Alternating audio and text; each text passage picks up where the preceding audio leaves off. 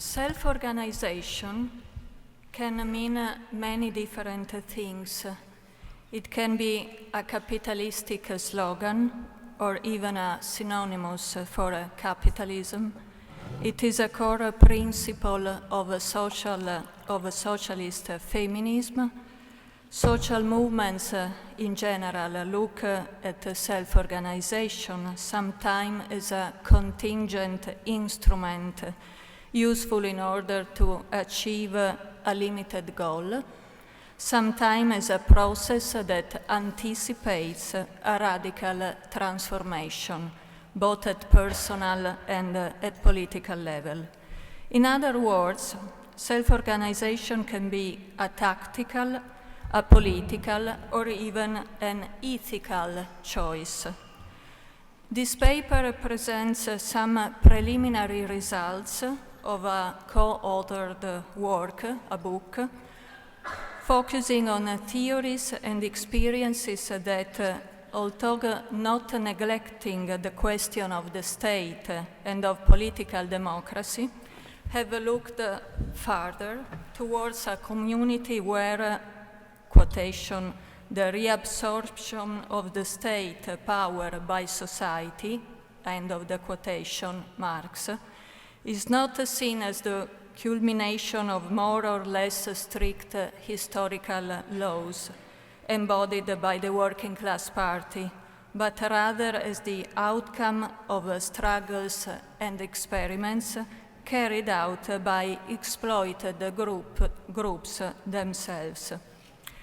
Our idea behind this common project is that if one believes that self-organization is the best way to achieve socialism, being more participatory and democratic than representative democracy or avant-garde party, it can be of some interest to look into the way in which different thinkers and activists have postulated the relationship between self-organization and the form that a socialist society will take. In this paper, I will discuss how some socialist, Marxist, feminist thinkers, classical as well as contemporary, have argued for this link. Feminist contribution to this issue has in fact remained almost neglected in most of the histories of Marxism. Alexandra Kollontai, with whom my co-authored book starts, is an excellent litmus paper of the difficulties that those theorizing a sort of natural continuity between self-organization and self-government face. Difficulties that, in my opinion, Nikos Poulantzas got through in a very stimulating way. Interestingly enough, Kollontai has been usually studied either for her contribution to feminism or for her participation in the workers' opposition, of which she was one of the most prominent representatives. Both as a member of the Menshevik Party and then as a leading figure of the Bolshevik one, Kollontai pressed for independent women organization and struggle, facing the hostility of her party comrades. She supported the women's strikes and other forms of protest, promoting at the same time women's political education and self-empowerment. Women-owned initiative was, in Kollontai's eyes, a way to achieve the final outcome of revolution, coinciding, at least in an early phase of her political vision, with the women's liberation. Then she changed her mind. When appointed as a Minister for Social Affairs in the revolutionary government, the first woman in history to be appointed as a minister, and then as ambassador in 1924, she insisted again with the need for separate women's organizations. Already in 1918, however, she got disappointed with the party line, and in 1921 she joined the workers' opposition, a group of trade unionists. Sliapnikov was the most influential, who had been formed 1 year before. In its platform, the workers' opposition made the argument that the solution to the economic problems that the new state was facing while creating a new production system, quotation, consists in giving complete freedom to the workers, that is, to that class which can alone be the creator of communism, end of quotation. I have to speak slowly for the translators. But concretely, what did it imply? To establish a body, a Supreme Council of the trade unions, directly elected by the producers themselves, with the aim to run the socialist economy. It is noteworthy that in the program of workers' opposition, written by Kollontai herself, there is almost no mention to women issues. How could she expect that the Supreme Council of Trade Unions would represent women initiative as well, although they were still marginal in both political and economic life? And the cultural and emotional transformation Kollontai aimed to was far from being achieved. This was not the only problem with the program of the workers' opposition, whereas Rosa Luxemburg was well aware, due to the different historical development of Germany, that the danger of bureaucratization threatened trade unions not less than political organizations. Kollontai was persuaded that the antidote to the departures from class politics was to transfer power from the party to the trade unions.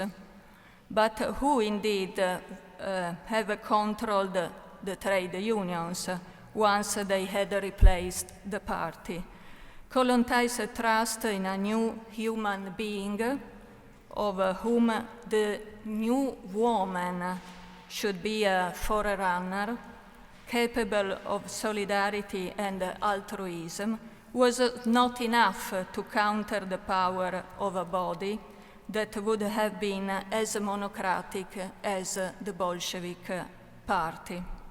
Paradoxically enough, Rosa Luxemburg, with whom Kollontai shared the trust in mass action, and the opposition to bureaucratization in the name of equality and freedom, was more realistic when arguing that, quotation, the practical realization of socialism is something which lies completely hidden in the mist of the future.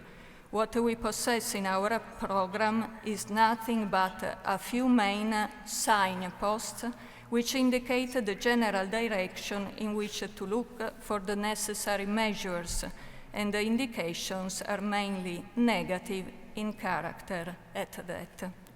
End of quotation. Kollontai and Luxemburg can therefore be seen as paradigmatic of two opposite orientations to self-organization. To plan almost in details socialism, as Kollontai did in the pamphlet of the workers' opposition, in order to ensure the embodiment of this principle in the new society, or to acknowledge in the unpredictability of socialism the only pattern that is consistent with self-organization. From the 60s onwards, Marxist and more in general socialist feminism has developed its programs and its theories along this second way. Women, and not only, self-organization is widely discussed in its content and its connections with other forms of struggles, not so much, I think, in relation with the content of a future socialist society, and this is highly understandable, of course, in the light of the collapse of communism and of most of the left parties throughout the world, and in the light of the very features of the feminist movement.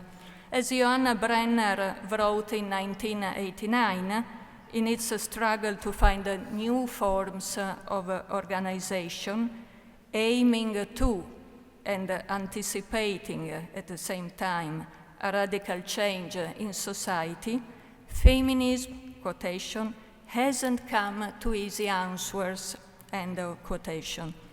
The reason is, according to her, that, quotation again, most of the questions feminism raises can only really be answered through a broad process of dialogue and experiment, engaging the creativity and experience of many diverse communities of resistance.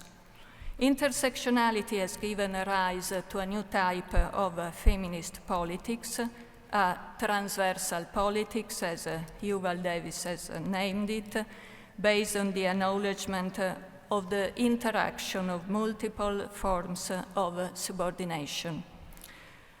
Mobilizing diverse social groups remains a challenge for social movements, however. The question that someone arises is whether intersectionality can, quotation, address injustice in the way that self-organization is a politicized model, mobilizing conscious and specific social identity against the state, has done, end of quotation. Different stages of capitalism shape different configurations of class, race, and gender. How could self-organization be adjusted to different identities at different moments, keeping inside the common goal to overthrow capitalism? As Nancy Holmstrom has reminded, socialist feminists engage in all kinds of struggle, that is, in coalition with others, not limiting their activism to gendered issues, and yet focusing on those struggles carried on by working class women.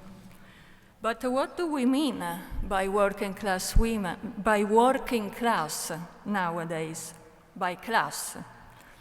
Once that the link gender, race, class has been established, the risk is that being a gender and a race, defined through social exclusion and oppression, class too becomes reduced to that, losing by this way any relation to the production of surplus value and the active production of the totality of human relations. Reducing class to classism is exactly what liberal theorists of intersectionality do, depriving by this way class of its transformative potential.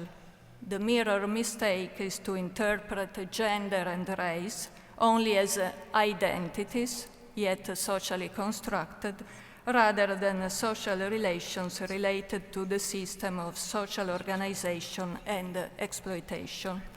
Intersectionality invites us to keep in mind that it is impossible to develop a generic class politics separated from any analysis of race and gender.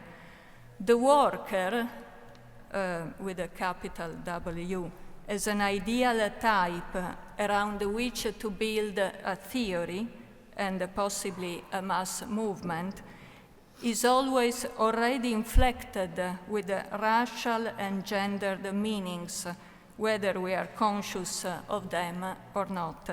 If he is not a woman, he is by default a man, and possibly a white heterosexual man.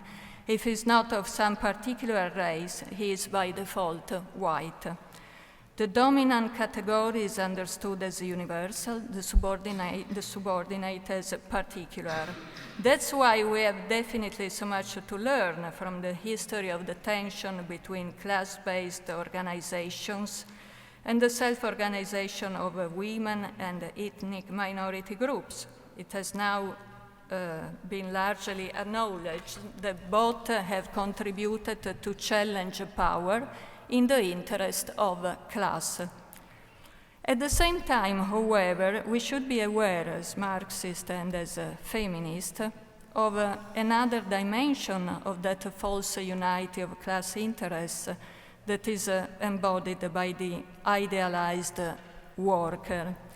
I refer to the fact that the tension is not only between reproductive labor and not reproductive, but there are huge divides within productive labor. I mean, unemployed, temporary workers, housework, black market workers belong to the same class as workers with a permanent job, as they share a condition of a capitalistic exploitation. And yet their work socialization process, their interests, their lifestyles, and their subjectivity are radically different.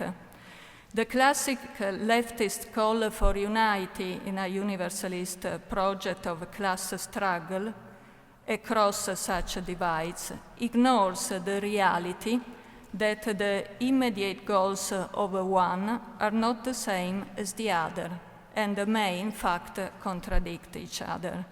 International theory tells us that any movement of workers must learn to act with those contradictions intact, without engaging a race to make own interests prevail as those of the generic worker.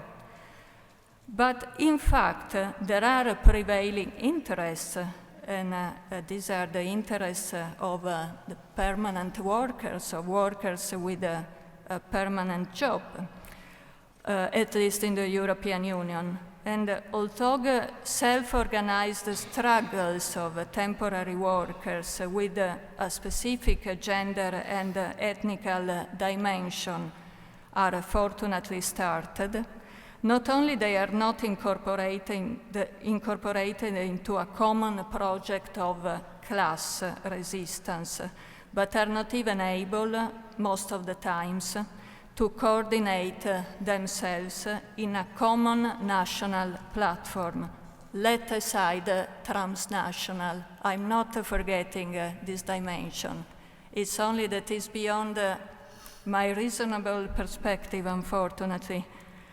They don't talk each other, they don't meet, they don't even know each other, mostly.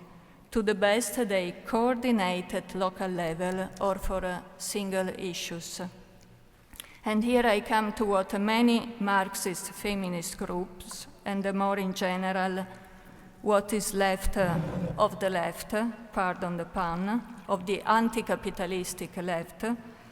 I mean a multitude of groups with an anti-capitalistic and feminist profile complain in my country, and I guess in many others.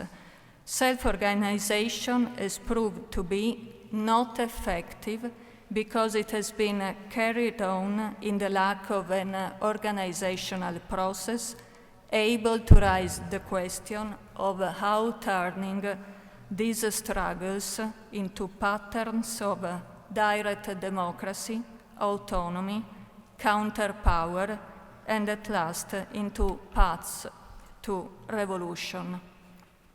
Once all of that was the task of the working class party, And now, I have realized that after removing from its own discourse the word communism, the left now feels uncomfortable even with the very idea of a party. Socialist politics, Luxemburg emphasized, consist of showing the connections in the larger dimension and in forging slogans.